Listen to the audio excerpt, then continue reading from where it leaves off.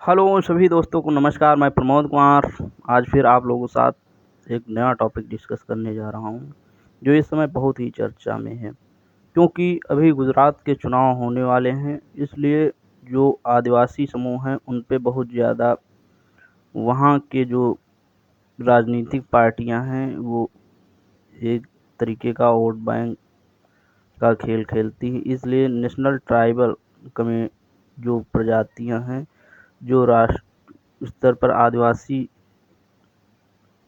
समूह हैं, उनको विशेष लोक लुभावन वादे कर कर उन्हें अपनी वोट बैंक बनाने के चक्कर में ये सब बहुत ज़्यादा योजनाओं को उस हिसाब से मॉडिफाइड करने की कोशिश करते हैं कि लोग जो है हमारी तरफ ज़्यादा ध्यान दें। लेकिन क्या कहा जाए कि चुनाव के बाद लोग ज़रा सा भी ध्यान नहीं देते। अगर ऐसा पहले करें तो देश का विकास होने से कोई नहीं रोक सकता। ये तो जब चुनाव आता है तभी इनको सब चीज़ याद आती है। तो इस समय जो है गुजरात के चुनाव की वजह से नेशनल ट्राइबल पार्टियां जो वहाँ की हैं, जो आदिवासी लोग हैं, उन पे बहुत ज़्यादा ये पार्टियां जो है वो ध्यान दे रही हैं। इसलिए ये जो है इस समय बहुत ही चर्चा में होने की वजह से ये टॉपिक डिस्कस करना बहुत ज़रूरी है, क्योंकि हम लोग तो एक आम नागरिक हैं। तो ये जो समस्याएं ट्राइबल लोगों को झेलनी पड़ती हैं उसके विषय में हम आप लोगों को बताते हैं, क्योंकि वो आदिवासी समूह उनको ना तो बहुत अच्छी बेहतर शिक्षा मिल पाती है, ना स्वास्थ्य मिल पाता है, और ना ही गुणवत्ता युक्त भोजन प्राप्त होता है। तो ये तो पार्टियां हैं, जब चुनाव आता है तब इनको सभी छोटी मोटी जातियों को लेकर या आदिवासियों को लेकर ये सब वोट बैंक की राजनीति करते हैं और फिर भूल जाते हैं। लेकिन हम लोगों को जो चर्चा में रहता है, क्योंकि एग्ज़ाम की दृष्टि से जो चर्चा में चल रहा है उससे प्रश्न बनाए जाने की संभावना बहुत ज़्यादा रहती है, इसलिए इसे पढ़ना बहुत ज़रूरी होता है। क्योंकि हमारे यहाँ आदिवासियों की स्थिति बहुत ही दयनीय है, और ये जो है मतलब स्वदेशी लोग जो अपने देश के हैं वही अपने अधिकारों से वंचित हैं। जो भारत सरकार जो है स्वतंत्रता का अमृत महोत्सव मना रही है इस वर्ष, लेकिन अमृत महोत्सव को क्या कहा जाए जब लोग को बेहतर शिक्षा, स्वास्थ्य, भोजन, खान-पान ही नहीं मिल पा रहा है। लोगों को बहुत ही ज़्यादा स्वास्थ्य सेवाओं का अभाव है। तो अमृत महोत्सव क्या वास्तव में ये अमृत महोत्सव होगा, ये देखने लायक बात है। क्योंकि जहाँ पर अगर गरीबी, अशिक्षा, बेरोजगारी और ये चरमराई स्वास्थ्य व्यवस्था है, वहाँ पर त्योहार अमृत महोत्सव की परिकल्पना एक मतलब काल्पनिक सपने जैसी ही लगती है। क्योंकि आप चाहे जितना ढोल नगाड़ा बजा लें और घर पर अगर कोई व्यक्ति बीमार पड़ा है तो आपको वो सब अच्छा नहीं लगता।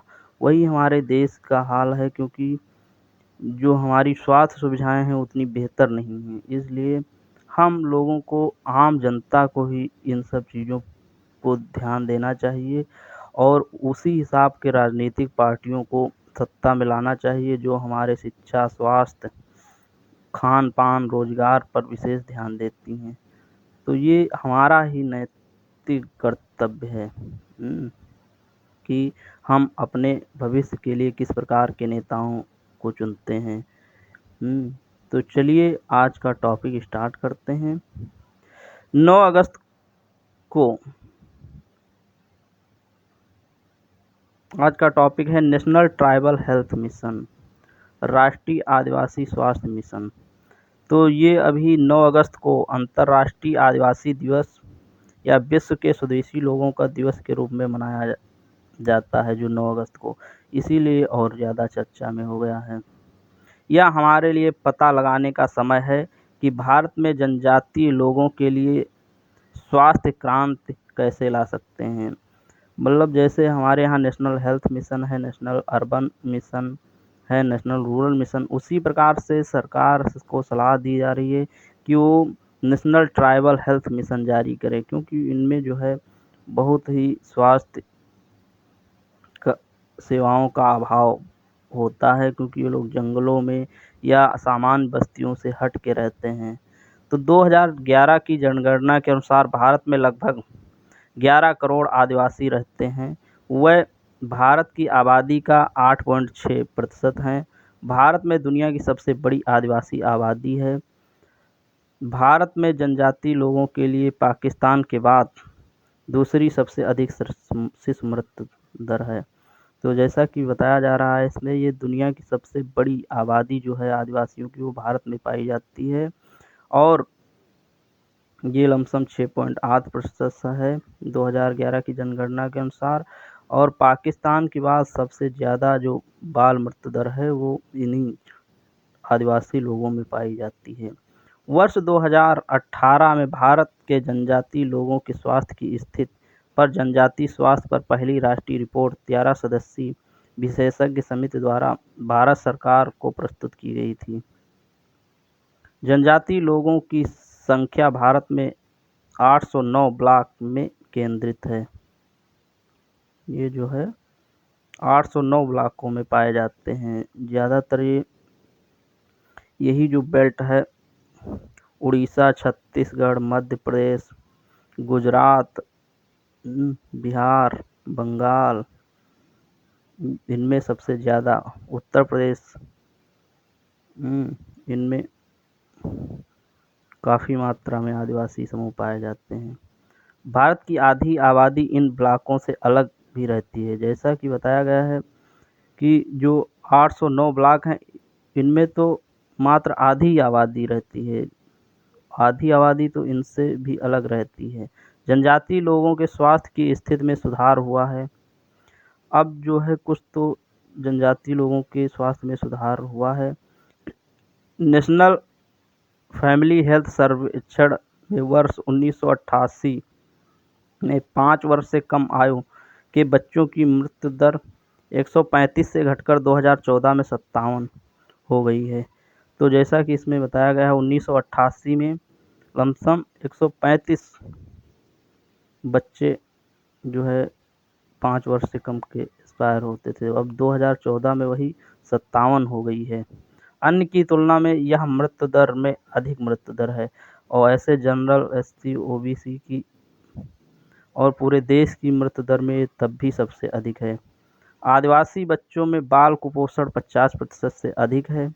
जो आदिवासी समूह है उनमें बाल कुपोषण 50% से अधिक है। अन्य में 28% की तुलना में 42% है। अन्य में अगर 28% है तो इनमें 42% कुपोषण है। आदिवासी लोगों में मलेरिया और तपेदिक 3 से 11 गुना अधिक है। जैसा कि बहुत ही खतरनाक बीमारियां मलेरिया, डेंगू, तपेदिक, ये 3 से 11% अन्य की अपेक्षा अधिक है। आम लोगों से ये लोग प्राथमिक स्वास्थ्य केंद्रों पर अधिक निर्भर हैं। जो ये लोग होते हैं वो प्राइवेट अस्पतालों में नहीं पहुंच पाते जल्दी से। ये जो है सरकारी स्वास्थ्य प्राथमिक केंद्र या गांव में जो उपलब्ध होते हैं उन्हीं पे ज़्यादा निर्भर रहते हैं। ऐसी सुविधाओं की संख्या में 27% से 40% तक की कमी है। इन क्षेत्रों में जो है स्वास्थ्य सुविधाओं की भी 40% तक कमी है। आदिवासी इलाके में डॉक्टरों की 33 से 84% तक कमी होती है। तो ये भी बहुत ज़्यादा, मतलब आदिवासी इलाकों में डॉक्टर तो बिल्कुल होते ही नहीं हैं। यहाँ बहुत ज़्यादा कमी पाई जाती है, जिससे कि इन्हें अच्छी सुविधाएं, स्वास्थ्य सुविधाएं नहीं मिल पाती हैं। ये एक बहुत ही दुविधा का विषय की है कि हमने मतलब आज़ादी के 75 साल पूरे कर लिए, लेकिन हर व्यक्ति को, जो हमारे संविधान निर्माता हैं, उन्होंने जो सोचा था कि हर व्यक्ति को शिक्षा, स्वास्थ्य, रोजगार, ये सभी सुविधाएं मिलेंगी, लेकिन वो अभी तक पूरी नहीं हो पाई। ये हमारे जो है पॉलिसी मेकर की कमी रही है। पता नहीं किस हिसाब की पॉलिसी बनाते हैं जो ये मतलब वो जिस समय बनती हैं उस समय तो चलती हैं, फिर थोड़े दिन बाद वो फिक्स हो जाती हैं। तो ये बहुत ही विचारणीय बात है। लेकिन देखिए उस समय के हमारे संविधान निर्माता कितने दूरदर्शी थे, जो मान लो 75 साल पहले संविधान बनाए और आज भी वो संविधान इतना अच्छे से काम कर रहा है कि जिसका कोई जवाब नहीं। तो वो बहुत ही दूरदर्शी थे। तो आजकल जो पॉलिसी मेकर हैं, वो पता नहीं किस हिसाब से पॉलिसी बनाते हैं कि वो बहुत ज़्यादा इफ़ेक्टिव नहीं हो पाती हैं। तो ये हम लोगों की सोच पर भी निर्भर करता है। जिस प्रकार के हम लोग देश निर्माण चाहते हैं, उसी प्रकार की जो है राजनीतिक पार्टियों को लाना होगा और अपने देश को, अपने समाज को आगे बढ़ाना होगा। इसलिए जो ये स्थिति दिखाई दे रही है, ये तो आंकड़े हैं सरकार के। इससे भी बदतर भी हो सकती है देश की स्थिति, क्योंकि जो स्थितियाँ बताई जाती हैं अपने यहाँ ज़्यादातर नए सर्वे नहीं करवाए जाते हैं। ये तो उन्हीं सर्वेों के आधार पे अगले सर्वे भी निकाल देते हैं। इसलिए बहुत ज़्यादा डाटा में इनवेरिएंट हो जाता है, असमानता बहुत ज़्यादा हो जाती है डाटा में। इसलिए स्थिति बहुत ही दयनीय रहती है। तो प्रश्न है आज का, जैसा कि सभी दोस्तों को पता है, मैं पिछले वीडियो से एक प्रश्न डिस्कस करता हूँ, जिसका सही जवाब कमेंट बॉक्स में बताना रहता है। तो चलिए आज का प्रश्न है, भारत छोड़ो आंदोलन की शुरुआत कब हुई थी? ये आपको बताना है कि भारत छोड़ो आंदोलन, जिसमें गांधी जी ने करो या मरो का नारा दिया था और पूर्ण रूप से समर्पित हो जाने के लिए कहा था, क्योंकि ये एक ऐसा यज्ञ है जिसमें पूर्ण रूप से समर्पित होकर ही आज़ादी को प्राप्त किया जा सकता है, यही गांधी जी ने कहा था। तो इसलिए ये आंदोलन भारत को आज़ादी दिलाने में बहुत ही महत्वपूर्ण रहा। इसलिए इस आंदोलन की अभी 8 अगस्त को 80वीं सालगिरह मनाई गई, इसलिए ये बहुत ही चर्चा में रहा। तो इसे आपको बताना है कि इसकी शुरुआत कब हुई थी। अगर ये वीडियो आपको अच्छा लगता है तो हमारे channel Pramod Kumar only for television को लाइक, शेयर, सब्सक्राइब कर दिया करें। इसमें आप लोग कंजूसी ना करें, क्योंकि कंजूसी में तो आप लोगों को पूरी ज़िंदगी ही गुजारनी पड़ सकती है। तो कंजूसी बहुत ही कम करें, क्योंकि आने वाले समय में बहुत ही कंजूसी करनी पड़ेगी। तो इसमें कंजूसी ना करें, कृपया इस चीज़ का ध्यान रखें। बहुत बहुत धन्यवाद।